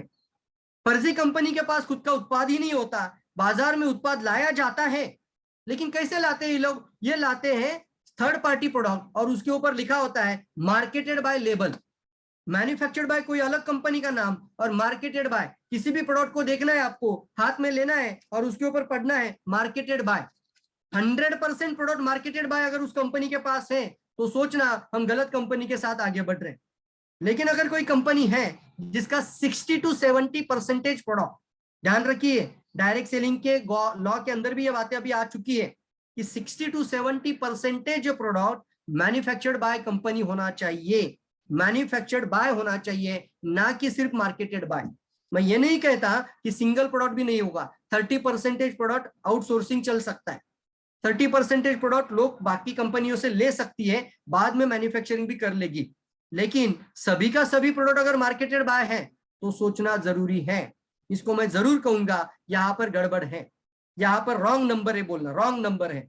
अगर आपका सारा कंपनी का प्रोडक्ट अगर मार्केटेड बाय आएगा तो आप सोचना ये कंपनी कभी भी रफू चक्कर हो सकती है। थोड़ा सा दबाव आ जाए गवर्नमेंट का या किसी एफआईआर का, कोई भी दबाव आ जाए, ये कंपनी बंद होकर कभी भी भाग सकती है, क्योंकि इनका कुछ जाता नहीं है भागने के लिए। इसलिए एक सही कंपनी का चुनना हमें बहुत इंपॉर्टेंट होता है। इनका खुद का फैक्ट्री का सेटअप होता है, इनका अनुसंधान यानी रिसर्च ओरिएंटेड होता है बात, आधार के आधार पर उनका यूनिक प्रोडक्ट होता है, अनोखा प्रोडक्ट होता है। दोस्तों ये दूसरा चेकलिस्ट है। उनके पास अद्वितीय प्रोडक्ट भी होते हैं दोस्तों, और रिसर्च ओरिएंटेड कंपनी होती है। चलिए तीसरा चेकलिस्ट आपको बता दूं तो तीसरा चेकलिस्ट है फर्जी कंपनियां। नेटवर्क मार्केटिंग का लाइसेंस नहीं होता है तो वो बेफिजूल के कागज पत्र दिखाकर लोगों को गुमराह करते हैं। अब बेफिजूल का कागज पत्र कौन सा है? देखना आप किसी कंपनी का जूम मीटिंग जाकर देखना तो वो जीएसटी का सर्टिफिकेट दिखाएंगे या फिर वो टीडीएस का सर्टिफिकेट दिखाएंगे। हम टीडीएस पे करते हैं गवर्नमेंट को, हम जीएसटी पे करते हैं तो हम लीगल हैं। सॉरी सर, एक साधारण सा होटल भी डालना है या सादा किराना शॉप भी डालना है या फिर खुद की कोई स्टार्टअप भी करनी है तो उनको ये लाइसेंस लेना जरूरी है सरकार की तरफ से, जीएसटी और टीडीएस। आपका कोई भी पेमेंट आता है उसका टीडीएस पे करना ही पड़ता है, लेकिन ये नेटवर्क मार्केटिंग के प्रूफ नहीं हो सकते। लेकिन जो फिजूल और बेफर्जी, जिसको फर्जी कंपनी कहते हैं, जो पोंजी चलाते हैं, जो कभी भी भागना चाहते हैं, ऐसी कंपनियां आपको जोर देकर बोलेगी हमारे पास ये सर्टिफिकेट है, कंपनी का रजिस्ट्रेशन का सर्टिफिकेट दिखाती है। What is mean by registration certificate? एक रजिस्ट्रेशन सर्टिफिकेट मिलता है दोस्तों, वो एक अगर कोई कंपनी, आप भी खुद अगर खुद की कंपनी स्टार्ट करना चाहते हो तो शॉप एक्ट लाइसेंस, उद्यम आधार, अगर ये कुछ 3-4 कागज पत्र आप सरकार को दे दे तो आपको भी रजिस्ट्रेशन सर्टिफिकेट मिल जाएगा। खुद की कंपनी शुरू करने का रजिस्ट्रेशन बोला जाता है इसको। इसका अर्थ ये डायरेक्ट सेलिंग में रियल कंपनी नहीं है, लेकिन ये कंपनियां रजिस्ट्रेशन सर्टिफिकेट दिखाती है और उसके ऊपर वो सरकार का सिंबल दिखाती है और बोलती है देखिए हम रजिस्टर्ड हैं। कितने लोग समझ रहे इस बात को? जासे में ना आए। जब कोई कंपनी ऐसे कागज पत्र दिखाकर बोलते कि हम लीगल है तो बोलना यहाँ रॉन्ग नंबर है, लिखिए रॉन्ग नंबर है। इसलिए आपको कंपनी को जानने के लिए इन चीजों को जानना जरूरी है कि कागज पत्र जरूरी नहीं है दोस्तों, आपको पता होना चाहिए फैक्ट्री भी है और फैक्ट्री विजिट का भी फोटो वीडियो आपके पास होना चाहिए। भारत के अंदर कितनी कंपनियां हैं जो अपने वितरकों को, अपने डिस्ट्रीब्यूटर्स को फैक्ट्री विजिट लेकर जाती है? अभी हम 200 से ज्यादा लोग double diamond and above all India से सभी लोग फैक्ट्री विजिट करके आए हैं। तो ये वीडियो आप ज्यादा लोगों को शेयर करना, सभी लोगों तक पहुंचाना। और अगर कोई बोलता है कि मेरे पास आप आके जुटना तो आप बोलना तू खुद जाके फैक्ट्री विजिट किया है कि नहीं मुझे बता। कितने लोग आज से इस चेकलिस्ट को समझ रहे हैं और कितने लोग ये सवाल काउंटर अटैक में कर लेंगे? काउंटर क्वेश्चन बोला जाता है इसको। सर मुझे एक फैक्ट्री विजिट का फोटो दिखाओ। एक बंदे ने, मैं आपको सारा डिटेल नहीं बताऊंगा, व्हाट्सएप में मुझे एक बंदे ने क्या किया, एक ग्रुप में ऐड किया, पर्सनल पे भी मुझसे चैटिंग करने लगा और उसने मुझे डाला कि देखो यहाँ पे 12 तरह की इनकम है, आपको ना काम करने से भी पैसा मिलेगा और हमारी इन्वेस्टमेंट सिर्फ 650 रुपया। कितना रुपया? 650 रुपए में हम आपको एक प्रोडक्ट देंगे और आपको यहाँ पे 12 तरह की इनकम मिलेगी। मैंने वहां पे एक लाइन बोली नीचे, मुझे आप सिर्फ फैक्ट्री विजिट का फोटो दिखाओ, आप मुझे दिखाओ कि आपके कंपनी का फैक्ट्री का वीडियो। इसको बोलते काउंटर करना आना चाहिए। अब आप उन लोगों के झांसे में नहीं आएंगे, ना ही अपने टीम के लोगों को झांसे में आने देंगे। तैयार है आप सब लोग? रेडी लिखना, रेडी रेडी रेडी, जल्दी जल्दी रेडी लिखना। और आज से factory visit, factory video, factory photos, उसको ज्यादा धड़ल्ले से प्रमोट करना शुरू कर दीजिए। कितने लोग रेडी? रेडी लिखिए। आपके अपलाइन, आपके डी लीडर, आपके क्राउन लीडर, आपके डायमंड लीडर, सभी लोग डबल डायमंड लीडर, सभी के पास फैक्ट्री का फोटो मिलेगा। ये फोटो आपके मोबाइल में स्टोर कर लीजिए और अपने डाउनलाइन में सारे लोगों को तो पहुंचा दीजिए कि मेरे टीम के अपलाइन लीडर जाकर आए फैक्ट्री में, तू मुझे बता तेरी फैक्ट्री का विजिट का फोटो। यहीं पे काउंटर अटैक हो जाएगा और उसको समझ में आएगा बॉस हम इनको झांसे में नहीं ले सकते। और आगे जाके 31 मार्च 2022 सरकार ने 3 महीने का मुदत दिया था, 90 डेज का। अगर मैं जानकारी दूं आपको तो 70% कंपनियां शट डाउन होने वाली हैं। अब आपको मौका मिलेगा सही समय पर सही लोगों को अपने पास लेकर आने का। उन लोगों का गलती नहीं था, उन लोगों ने सिर्फ पैसे का लालच देखकर ज्वाइन किया था, उनको शायद सही गलत की पहचान नहीं थी, वो गलत नहीं थे। लेकिन अब आप 2022 की बात कर रहा हो तो 31 मार्च 2022 के बाद कई नेटवर्किंग कंपनी के लोगों को ये बातें जरूर बताना। आगे बढ़ते हैं। चौथा चेकलिस्ट है मनी गेम और मनी ट्रोल। फर्जी कंपनियां मनी रोलिंग सिस्टम पर काम करती है तथा लोगों को सिर्फ पैसे का लालच दिखाती है और बोलती है आपको कुछ नहीं करना है, आपको हम 6 महीने में 1 साल में करोड़पति बना देंगे, आपको सिर्फ इतना पैसा लगाना है। अगर कोई ऐसे बोलता है, जिसको मैं बोलता हूं पैसे का लालच दिखाकर अगर ज्वाइन किया जाता है, तो बोलना यहाँ पे कुछ गड़बड़ है। पैसे की लालच में मत जुड़ना। मैं आपको लाइन बोलूं, पैसा जिंदगी भर प्रेरक नहीं बन सकता, लाइफ टाइम पैसा मोटिवेट नहीं कर सकता आपको। अगर कोई कंपनी का मालिक पैसा पैसा पैसा पैसा पैसा करता है, अगर कोई प्रेजेंटेशन सुनने गए और वहां पे कोई सर्विस, कोई हेल्प या किसी प्रोडक्ट की बात या यानो के प्रोडक्ट की बात ही नहीं चल रही है, शुरू से लेकर एंड तक सिर्फ पैसा पैसा पैसा बोला जा रहा है, तो बोलना ये रॉन्ग नंबर है, ये रॉन्ग नंबर है। आपने देखा होगा ना आमिर खान का मूवी, तो आप तुरंत बोलना ये रॉन्ग नंबर है। क्या बोलेंगे? ये रॉन्ग नंबर है, जल्दी जल्दी। क्योंकि जिंदगी भर आप कुछ लोगों का संगठन तो बना पाओगे, लेकिन पैसे के लालच से ज्यादा समय तक रोक नहीं पाओगे। कुछ दिन के बाद यह जरूर बंद हो जाता है। पैसे का लालच से आप लोगों को जोड़ नहीं सकते। कुछ ना कुछ चीजें होती है स्वर, जिसके कारण लोग जिंदगी भर आपके साथ रिश्ता बनाकर रखते हैं। तैयार रहना दोस्तों इसके बारे में, और रॉन्ग नंबर को जरूर पहचानना। तैयार है सभी लोग? जल्दी जल्दी यस यस यस यस। एक रियल डायरेक्शन कंपनी के पास वितरक और सदस्यों को व्यवसाय करने का मौका देती है दोस्तों, और प्रशिक्षण भी देती है। सेल्स का प्रशिक्षण होता है, इंडस्ट्री के बारे में जानकारी दी जाती है, और फिर आपको बताया जाता है कि आपका बोनस कमीशन सेल्स वॉल्यूम पर निर्भर होता है, ना कि लोगों के जुड़ने पर। इसको मैं बोलता हूं चौथा चेकलिस्ट। तैयार है सभी लोग? चलिए 5वें चेकलिस्ट की तरफ आगे बढ़ते हैं। इसलिए मनी ट्रोलिंग, मनी रोलिंग और गैम्बलर कंपनी के झांसे में ना आए। आगे बढ़ते हैं। दोनों में अंतर समझना बहुत इंपॉर्टेंट है। फर्जी कंपनी हेड हंटिंग प्लान को चलाती है। What is mean by head hunting plan? समझ में लाना जरूर, उन बातों में ही समझ में आ जाता है आपको। वो तुरंत बोलेगा 2 जोड़ने से इतना मिलेगा, 10 जोड़ने से इतना मिलेगा, आपका लेफ्ट में 100 होगा, राइट में 100 होगा, तो आपको इतना मिलेगा। तो बोलना ये हेड हंटिंग है। क्या बोलेंगे? Head hunting plan. Head hunting मतलब इसको बोलते हैं कि आप अपने टीम में जितने सर लेकर आओगे, सर मतलब हेड, उतना आपको पैसा मिलेगा, और आपके टीम में पैसा बंद हो जाएगा जब लोग जुड़ना बंद हो जाएंगे। हेड हंटिंग प्लान होता है, इसको आप जरूर समझना। जैसे ही अगर सामने वाला आपको बोलता है इतना जोड़ने से इतना मिलेगा, तो बोलना भैया थोड़ा रुक, मुझे अच्छे से समझा, एक आदमी के जुड़ने पर एक ही बार पैसा मिलेगा या जिंदगी भर मिलता रहेगा? अगर सिर्फ जुड़ने पर पैसा दिया जाता है तो बोलना ई रॉन्ग नंबर है। वहां पर संभल कर रहना और अपनी टीम को भी संभालना। कितने लोग तैयार है? हेड हंटिंग प्लान समझिए। प्रोडक्ट और रिटेलिंग बेस्ड प्लान होना जरूरी है। प्रोडक्ट की बिक्री और सेल्स वॉल्यूम पर ही कमीशन होना चाहिए। मैं इस लाइन को फिर से दोहराता हूं, प्रोडक्ट की बिक्री बिक्री बिक्री और सेल्स कमीशन सेल्स वॉल्यूम पर होना चाहिए। इसके लिए सेल वैल्यू, पॉइंट वैल्यू और कुछ ना कुछ यूनिट होता है इस कंपनी के टर्नओवर को काउंट करने के लिए, और जो भी पैसा मुहैया किया जाएगा वो सेल्स वॉल्यूम पर ही निर्भर होना चाहिए। कितने लोगों को समझ में आ रहा है? यस लिखना या यू लिखना। Understand, understand. ये 5वां चेकलिस्ट अभी मैंने आपको बताया, दिस इज कॉल्ड 5वां चेकलिस्ट। और एक लाइन आप जिंदगी भर याद रखना, प्रोडक्ट की रिटेलिंग ही है वैधता का असली प्रमाण। प्रोडक्ट की रिटेलिंग ही है इसकी वैधता का प्रमाण। वैधता मतलब क्या है, लीगलिटी देखने के लिए प्रोडक्ट की रिटेलिंग पर ही कमीशन है या नहीं है, इसको जानना जरूरी है। आपकी टीम में 100 लोग जुड़ गए और अच्छी रिटेलिंग कर पा रहे हैं, तो 100 लोग अगर 10-10 हजार का रिटेलिंग कर रहे हैं तो उसके ऊपर कमीशन बढ़ेगा। इसको बोलते हैं रिटेलिंग है लीगलिटी का लाइसेंस। अगर रिटेलिंग नहीं दिखा रहे हैं, कुछ लोग बोलते हैं हमारे पास आ जाओ, आपको कुछ बेचना ही नहीं है, हम आपको करोड़पति बना देंगे, बोलना ये रॉन्ग नंबर है। जल्दी जल्दी जल्दी समझ लीजिए दोस्तों, WR लिखना, WR समझ में आ रहा है तो WR wrong number, sorry WM wrong number है। अगर कोई बोलता है हमारे पास आ जाओ, आपको कोई बेचना नहीं है, तो बोलना गलत कंपनी के झांसे में जा रहे हैं। अब से नहीं चलेगा, अब से नहीं चलेगा, ये झांसे में मत जाना।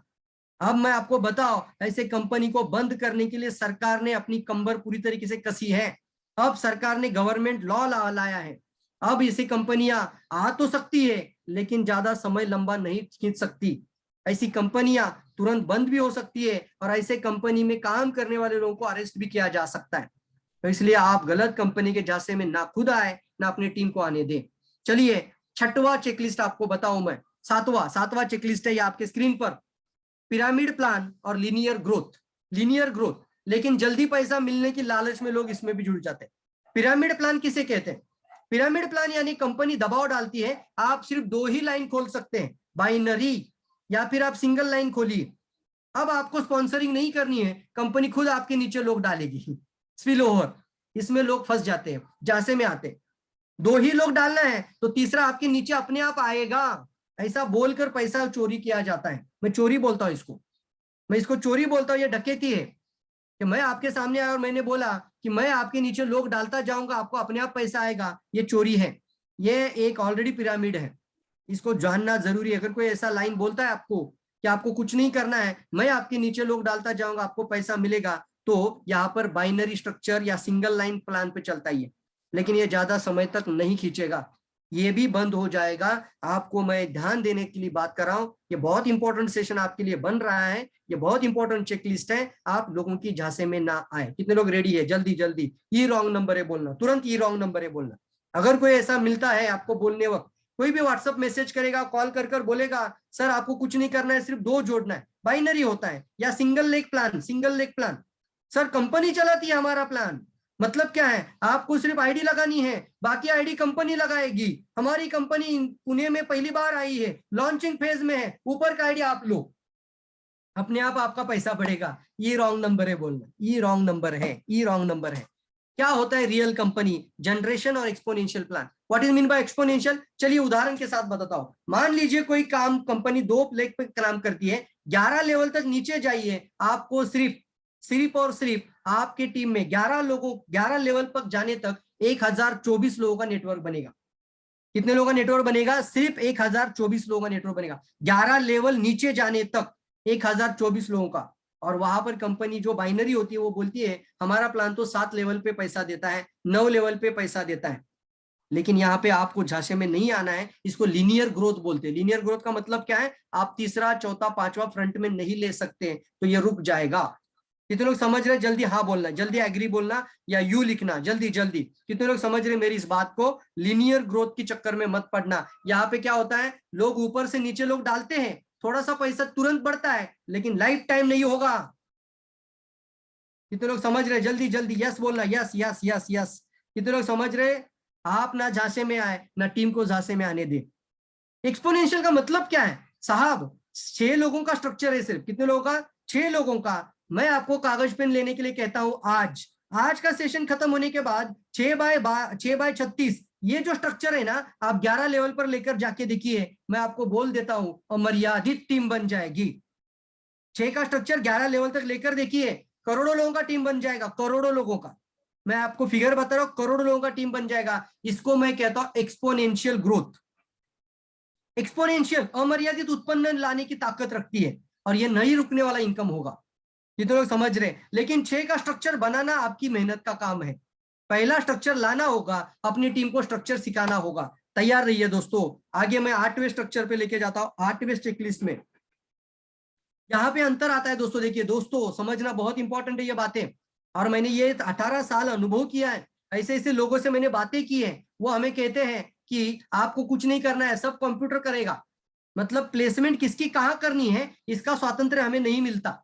जैसे बाइनरी में देखो, दो लोग जोड़ने के बाद वो कंप्यूटर अलाउ ही नहीं करेगा तीसरा लेग डालने के लिए। इसको मैं बोलता हूँ कंप्यूटर तय कर रहा है प्लेसमेंट कहाँ करनी है।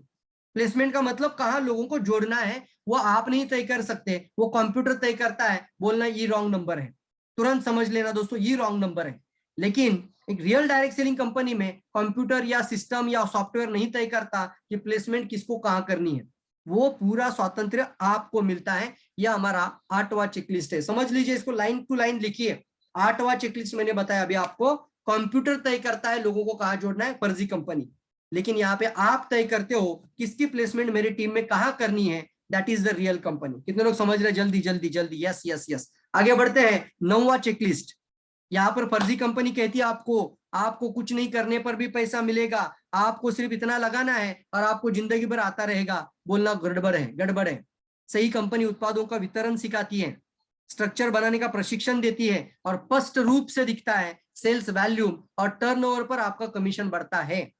ये हमारा 9वां चेकलिस्ट है, समझ लीजिए दोस्तों। अगर कंपनी बोलती है आपको सिर्फ इतना लगाओ और आपको कुछ नहीं करना है, लाइन देखो, कुछ नहीं करना है, इसमें मत फंसना। लोग फंस जाते हैं, लोगों को लगता है अच्छा मुझे कुछ बेचना ही नहीं है, कुछ नहीं करना है, तो कितना लगाना है, सिर्फ 1000 रुपया लगाओ। सर 1000 रुपया आपके पेड़ पे नहीं लगता ना। आपने भी 10,000 लोगों का अगर 1000 रुपया लिया तो आपने चोरी किया है। वो कंपनी कभी भाग जाएगी पता नहीं है, वो आपको बोलेगी कुछ नहीं करना है, आपको लगता है 1000 रुपया जाएगा तो मेरा कौन सा बड़ा नुकसान हो रहा है, और लोग वहां पर लोगों के पैसे लगाने पे मजबूर कर देते। लेकिन आज से आप समझ लेना, अगर कोई ऐसा बोलता है कुछ नहीं करना है तो समझना ये रॉन्ग नंबर है। जल्दी जल्दी, ये रॉन्ग नंबर है। आपका पैसा आपके सेल्स वैल्यूम और टर्नओवर पर ही आना चाहिए। इसके लिए कंपनी आपको प्रशिक्षण प्रदान करती है, वितरण और स्ट्रक्चर का भी, बिजनेस डेवलपमेंट का, बिजनेस वैल्यूम का, बिजनेस वैल्यूम को बढ़ाने का ट्रेनिंग होता है, मार्केटिंग प्लान की ट्रेनिंग होती है, ना कि सिर्फ पैसे लगाने के ऊपर जोर दिया जाता है।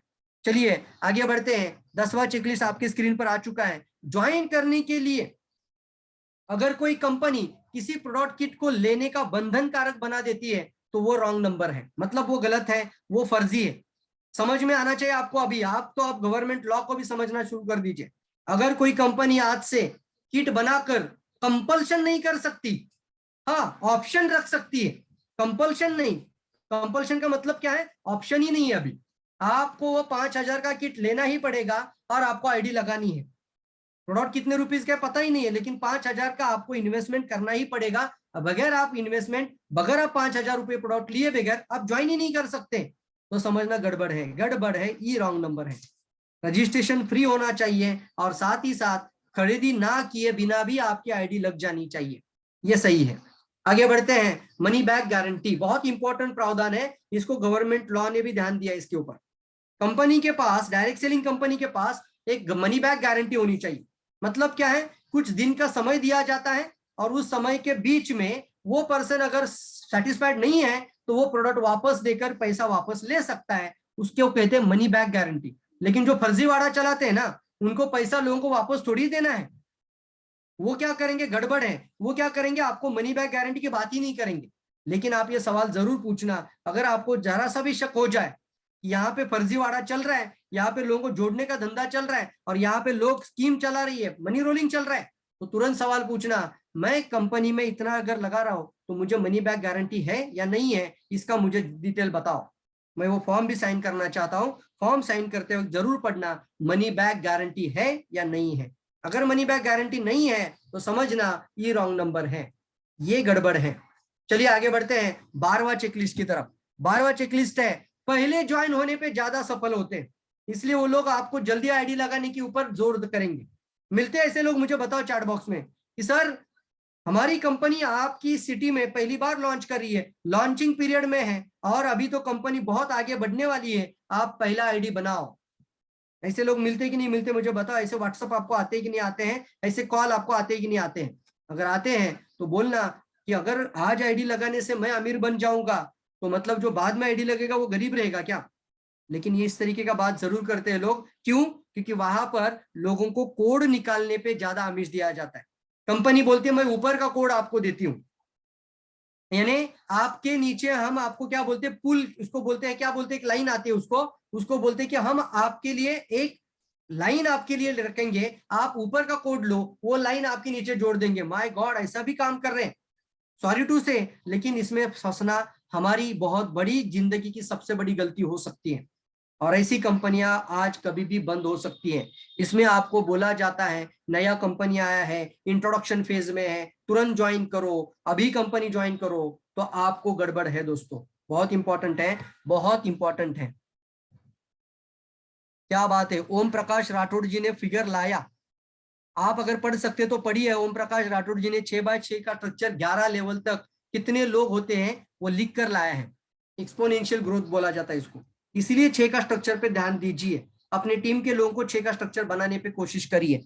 चलिए आगे बढ़ते हैं। और आपका यहाँ पर सबसे खास बनता है, अगर एक सही और डायरेक्ट सेलिंग कंपनी होती है ना दोस्तों, वो वहां पर आपका अपलाइन से ज्यादा डाउनलाइन पैसा कमा सकता है। आप स्टार एजेंट है, आपका डाउनलाइन डायमंड बन सकता है।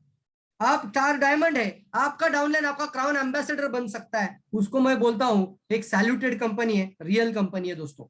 अपलाइन से ज्यादा स्टेटस, अपलाइन से ज्यादा इनकम, अपलाइन से ज्यादा बोनस, सब कुछ आप अपलाइन से ज्यादा प्राप्त कर सकते हैं।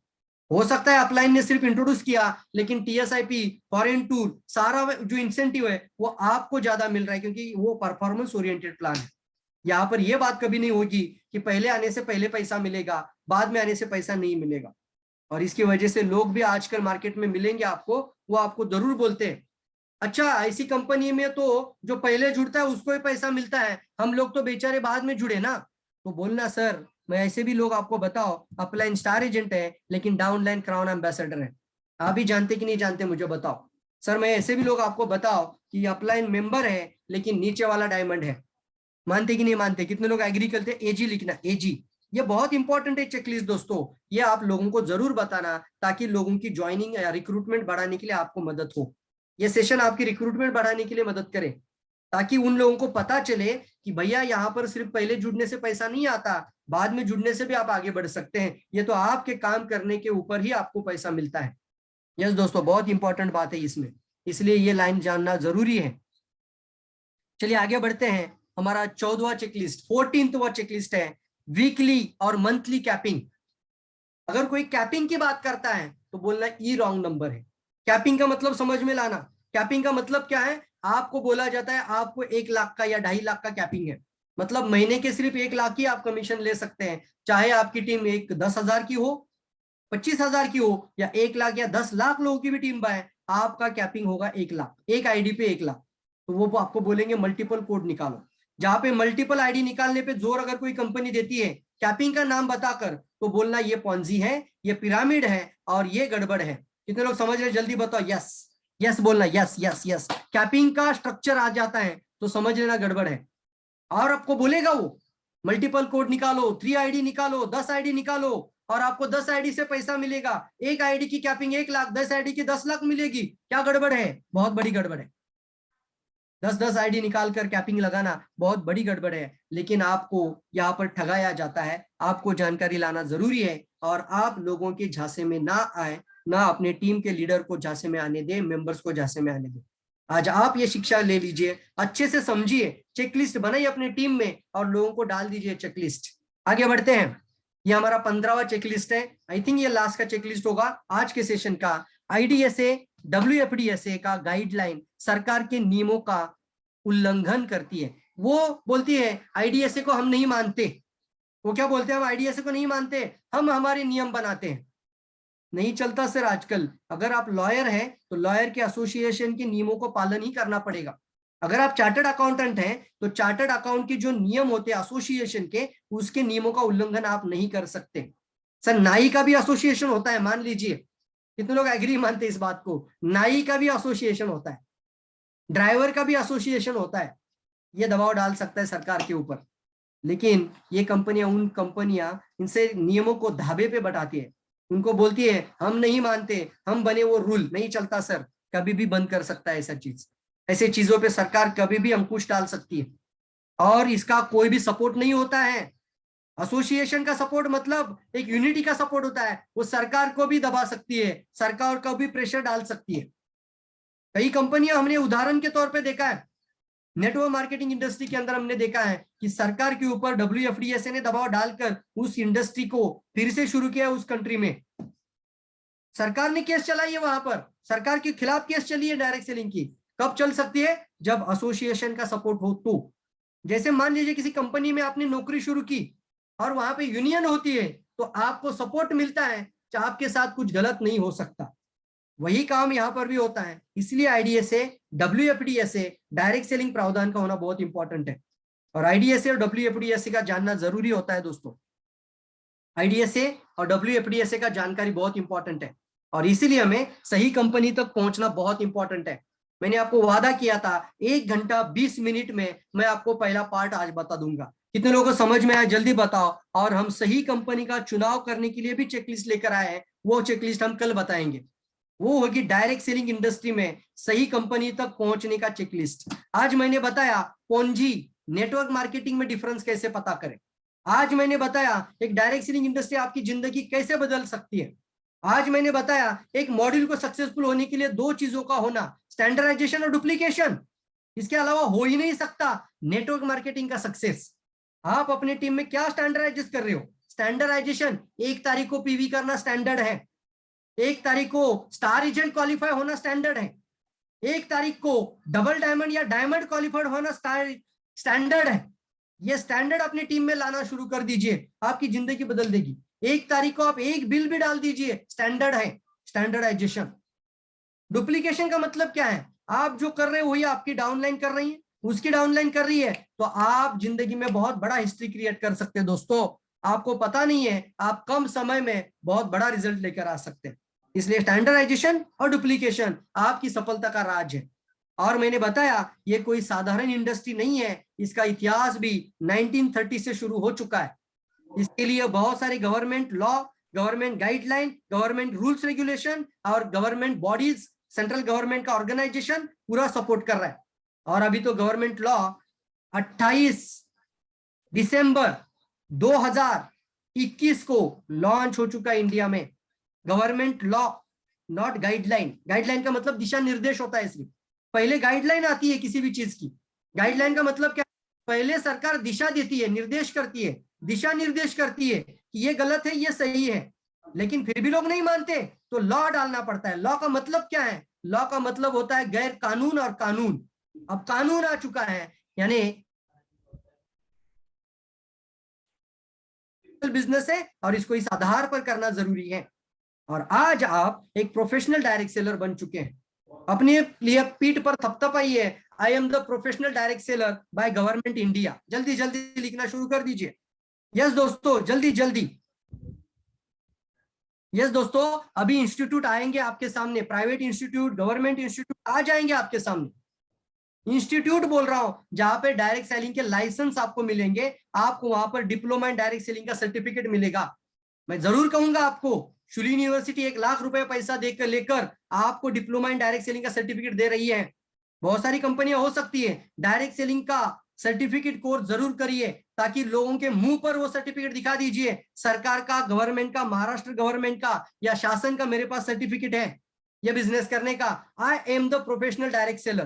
कितने लोग मानते हैं अपने आप को? Thank you in DXN। जल्दी जल्दी डायरेक्ट सेलर बनने के इस रूल को कितने लोग मानते हैं? जल्दी। और मैं कल पार्ट 2 लेकर आऊंगा, हाउ टू चूज एक सही डायरेक्ट सेलिंग कंपनी का चेकलिस्ट मैं आपके सामने लेकर आऊंगा। वो प्रावधान आपके सामने लिखे होने चाहिए और डायरेक्ट सेलिंग कंपनी को चेकलिस्ट करने के लिए उन पॉइंट को आप टिक मार्क करना। चेकलिस्ट का मतलब होता है टिक मार्क। सामने कोई नेटवर्कर बैठा है और आप भी नेटवर्कर हैं तो एक पेपर रखना और बोलना मैं एक चेकलिस्ट बताता हूं डायरेक्ट सेलिंग का, हमारे अपलाइन है बोलना, या हमारे एक सीनियर लीडर हैं या फिर हमारे इंडिया के क्राउन एम्बेसडर, उन्होंने हमें बताया था, चलिए आज करते हैं चेकलिस्ट, तुम्हारी कंपनी यहाँ पर है या नहीं है। और चेक मार्क यानी क्या करना? टिक मार्क करते जाना। तो कल के सेशन में ज्यादा से ज्यादा लोगों को जरूर लेकर आना। आज का सेशन भी जितने लोगों ने देखा है मैं जरूर आपको कहूंगा जिम्मेदारी लीजिए, आज से जिम्मेदारी लीजिए। अभी तक आप ज्वाइन किए हैं, सेशन को अटेंड कर रहे हो, जिम्मेदारी लीजिए एक सही प्रोफेशनल डायरेक्ट सेलर बनने के लिए और अपनी टीम को मजबूत बनाने के लिए। शिक्षा का होना बहुत महत्व रखता है दोस्तों, और इसीलिए इस तरीके का कंटेंट आपके पास होना बहुत इंपॉर्टेंट है। मैं कंपनी को फिर से एक बार शुक्रिया अदा करना चाहूंगा कि इस तरीके का कंटेंट उन्होंने आज बताया कि सर इस कंटेंट पे जरूर बात करिए। मैं पूरी रात जागा हूं दोस्तों इस कंटेंट को, इस प्रेजेंटेशन को बनाने के लिए, और ये बहुत इंपॉर्टेंट है आपके लिए जानना और अपनी टीम को बताना। Thank you all of you, आप सभी लोगों ने सेशन अटेंड किया। थोड़ा सा स्पीड से गया हूं, लेकिन बार बार सुनने से जरूर फायदा आपको मिलेगा। Thank you all of you, और इस सेशन को सभी एसोसिएट तक पहुंचा दीजिए ताकि लोगों को पता चले एक सही कंपनी और डायरेक्ट सेलिंग कंपनी और पॉन्जीस कंपनी और चेन पिरामिड में कैसे डिफरेंस पता करें। Thank you all of you, और इस इंडस्ट्री को नजरअंदाज मत करिए, आगे बढ़िए। हम सब लोग आपके साथ हैं, सीना तान कर आपके साथ है आपकी सफलता के लिए। Thank you all of you. Company आपको मदद कर रही है, इंडस्ट्री आपको मदद कर रही है, दुनिया आपको मदद कर रही है, फिर आपको कौन रोक सकता है सफल होने के लिए? सिर्फ आप। थैंक यू ऑल, आगे बढ़िए। Wish all the best to have a great success. Thank you all, thank you दोस्तों। थैंक यू प्रवीण सर, बहुत बढ़िया और बेहतरीन तरीके से आज जो टॉपिक था आप डायरेक्ट सेलिंग के बारे में इंफॉर्मेशन शेयर किए। जैसे कि अभी आप इंफॉर्मेशन शेयर किए कि ये जो पार्ट 1 आज था और पार्ट 2 कल फिर दोबारा इसी के ऊपर चर्चा रहेगा। तो बहुत बहुत धन्यवाद सर, ऐसे सेशन आपसे मिलता रहे। बहुत बहुत धन्यवाद sir, thank you sir, thank you. Yes sir, yes, thank you. तो बराबर कल 12 बजे पार्ट 2 स्टार्ट करेंगे। बिल्कुल बिल्कुल सर। दोस्तों जैसे कि प्रवीण सर की सेशन था पार्ट 1 और पार्ट 2 में सेम टॉपिक पे हमारा पार्ट 2 सेशन रहेगा, और ये जूम पे आपका सेम आईडी और सेम लिंक पे ही रहेगा। तो दोस्तों फिर मिलते हैं कल 12 बजे, तब तक के लिए इजाजत दीजिए। धन्यवाद, गुड मॉर्निंग, नमस्कार। Yes, thank you sir, thank you all. Thank you sir, thank you.